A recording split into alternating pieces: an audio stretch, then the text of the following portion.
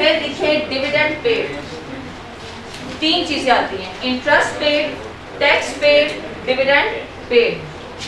Tax paid क्या आ जाएगा सवाल में 0, डिविडेंड में क्या है 0, लेकिन एक चीज दी हुई है इंटरेस्ट। कितना कैश पे किया इंटरेस्ट के जमाने में 50, तो वर्किंग नंबर 8 साथ लिख दें इंटरेस्ट के, वर्किंग नंबर 8 और माइनस 50, वो इंटरेस्ट पेबल का वर्किंग 8, कैश पे वर्किंग 8, हाँ लेस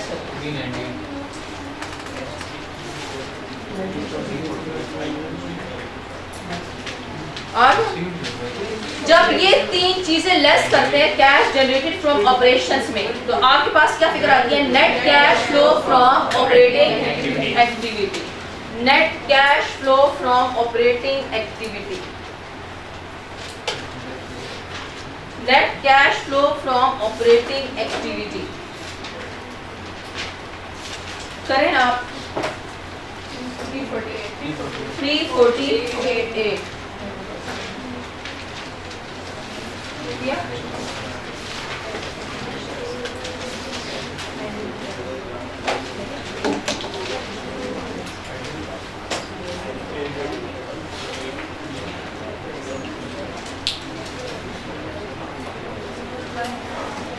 कर दिया। चले आए फिर नेक्स्ट पेज पे हेड दिया, उसके नीचे आपके पास होगा, फिर से आप लोग कंफ्यूज दिया ना, आप लोग क्या इतना ज्यादा पेज आया करें अस्तगफिरुल्लाह। लिखें cash flow from investing activity, cash flow from investing activity.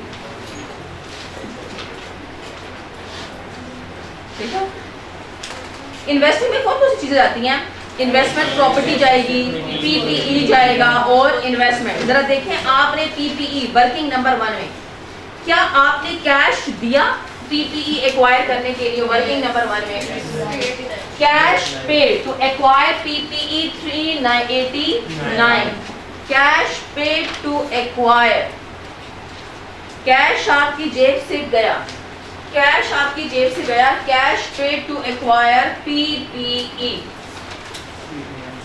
कितने से 389 प्लस या माइनस, माइनस कैश चला गया आपकी जेब से। कोई देखिए इन्वेस्टमेंट प्रॉपर्टी आपने खरीदी है, लिखा है working two cash paid to acquire investment property, सवाल में दी थी 180, वर्किंग टू एडिशन वाले पॉइंट। एडिशन का मतलब यही होता है पैसा दे के चीज खरीदी, 180 प्लस या माइनस, माइनस वर्किंग टू। और देखें एक चीज ये भी आएगी वर्किंग नंबर 10 वाली, शॉर्ट टर्म इन्वेस्टमेंट से कितना मिला 9, तो लिखें cash receive from short term investment, cash receive from short term investment. Cash मिला तो प्लस में कितना मिला 9, वर्किंग नंबर 10। एक पीपीई से कोई भी पैसा मिला हमें, point number 3 cash receive from disposal of PPE, cash receive from disposal of PPE, point number 3 कितना कैश मिला 5, cash receive from disposal of PPE. मिलने थे 8 लेकिन 3 नहीं मिल सके, 5 मिले तो 5 प्लस में, बस ऐड करें आप और लेस करें, क्या आया आपके पास, वो छोड़ दें, बस कैश फिगर देखते हैं। वो देखिए कैश फ्लो का मतलब क्या है, कैश का आना और कैश का जाना, बाकी नो करें। कितना आया आपके पास net cash flow from investing activity minus 555, minus 555 में चला गया। माइनस से क्या मतलब हुआ, कैश कम मिला, इनफ्लो कम है जबकि आउटफ्लो ज्यादा है।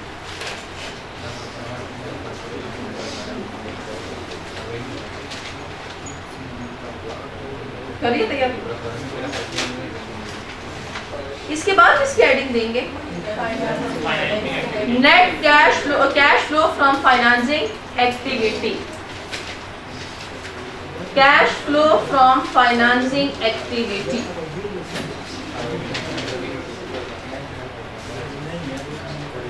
Cash flow from financing activity.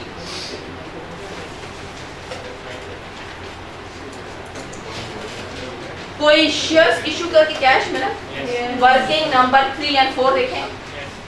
Cash receive from issue of new shares, cash receive from issue of new shares,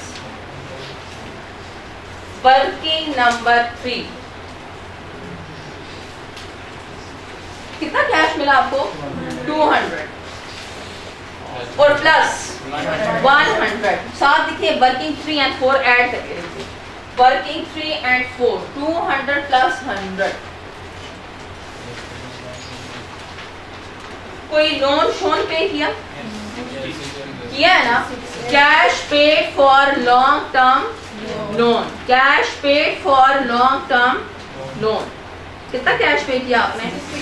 60 minus में जाएगा।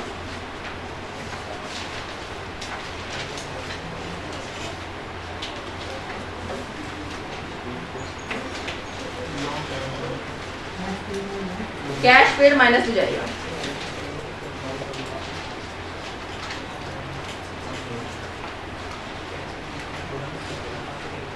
बस और कुछ भी नहीं है। निकालें आप net cash flow from financing activity. 24 plus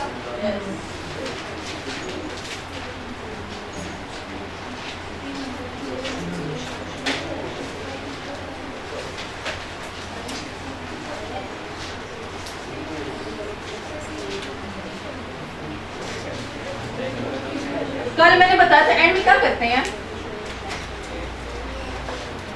मैंने आपसे कहा था ऑपरेटिंग को क्या नाम दें? ए, इन्वेस्टिंग को बी और फिर सी। करें A plus B plus C. Net cash flow from all activities.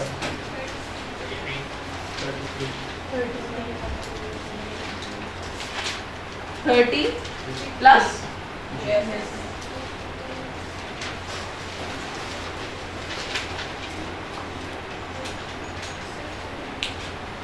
कल मैं यहाँ पे करवाया था ना आप लोगों को। इसमें 2 लाइनें और मैंने आपसे कहा था रह गई हैं। इसमें ऐड करेंगे opening cash and cash equivalent,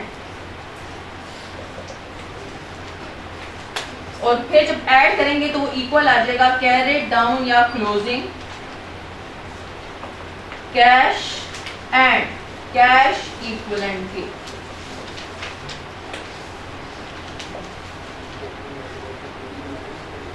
closing minus से करेंगे इज इक्वल आ जाएगा। जब net cash flow from all activities में ऐड करेंगे opening cash and cash equivalent, तो किसके बराबर आ जाएगा? Closing cash and cash equivalent के। वैसे इसका मतलब क्या हुआ?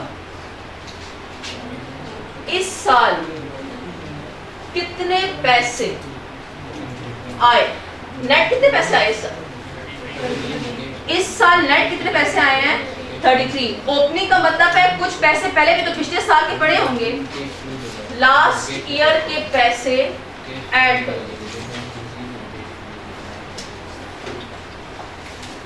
जब सोचें इस साल आपने कितना कैश कमाया? 33। पिछले साल की अगर कैश हम ऐड करते तो क्या आ जाएगा हमारे पास? Closing cash and cash equivalent. और इसके लिए हम वर्किंग करेंगे वर्किंग 12, ये ओपनिंग और क्लोजिंग के लिए working 12 cash and cash equivalent. अब आपको पता भी तो होना चाहिए हमारा आंसर ठीक है या गलत।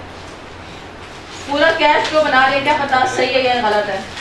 पिछला साल कौन सा था? 19 ब्रॉड डाउन, और ये साल कौन सा? Carried down 2020।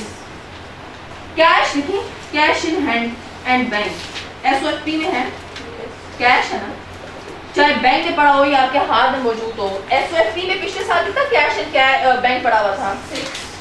और इस साल कितना पड़ा हुआ है? 24। एक और भी था कैश एंड कैश इक्विवेलेंट। मैंने आपसे कहा था readily convertible to cash. Readily convertible to cash का मतलब होता है कि कैश तो नहीं है लेकिन कैश के इक्विवेलेंट है। और वो कौन सी वर्किंग में किया था? वर्किंग टाइम में किया था। शॉर्ट टर्म इन्वेस्टमेंट, ये एज इट इज आपने याद रखनी है। इस कैश एंड कैश इक्विवेलेंट में मैक्सिमम 5-6 चीजें आती हैं, जिसमें एक कौन सी वाली है? Cash in hand and cash at bank. दूसरा कौन सा है? शॉर्ट टर्म इन्वेस्टमेंट, लेकिन वो शॉर्ट टर्म इन्वेस्टमेंट जो रेडली कन्वर्टेबल हो। पिछले साल कितना रेडली कन्वर्टेबल था जो हमने वहां से लेस कर दिया था, और इस साल ऐड करें सर इसको 26 और ये 59।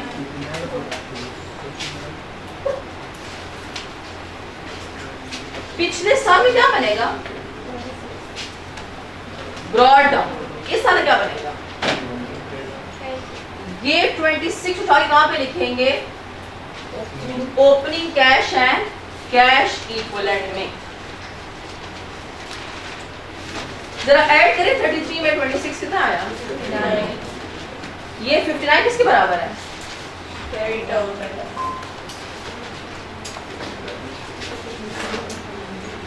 आपने ऐसे करना है, ये छुपा दें। 33 में ऐड करो ओपनिंग, तो कितना आ गया?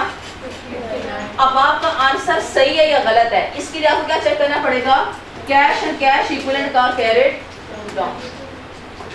अगर ये दोनों फिगर आपस में मैच करिए, इसका मतलब है आपका पूरा आंसर ठीक है। अगर आपका मैच नहीं कर रहा, इसका मतलब कहीं ना कहीं आपने गलती की है।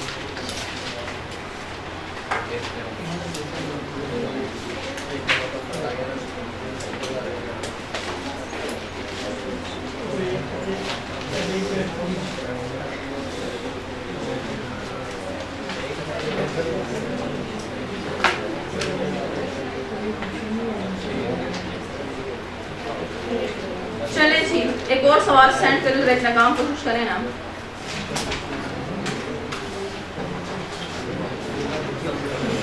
डॉल्फिन के नाम से ये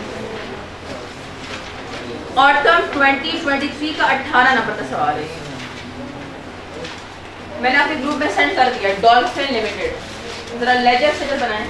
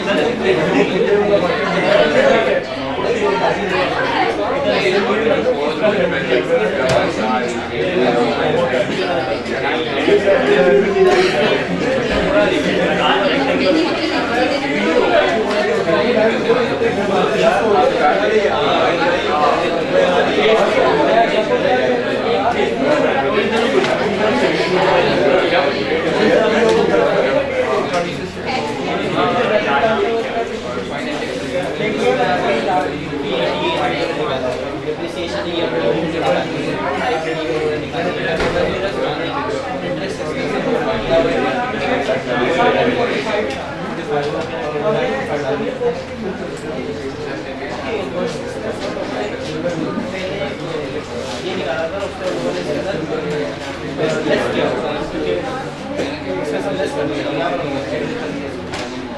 गेनो displacer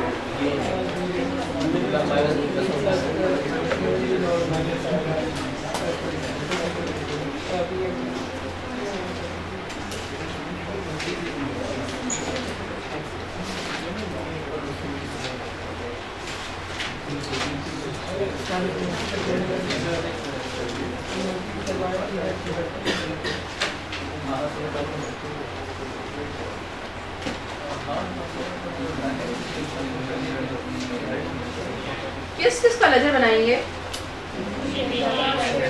share capital, share premium, retain earning, long term loan, accrued interest. Interest से मतलब accrued means interest payable.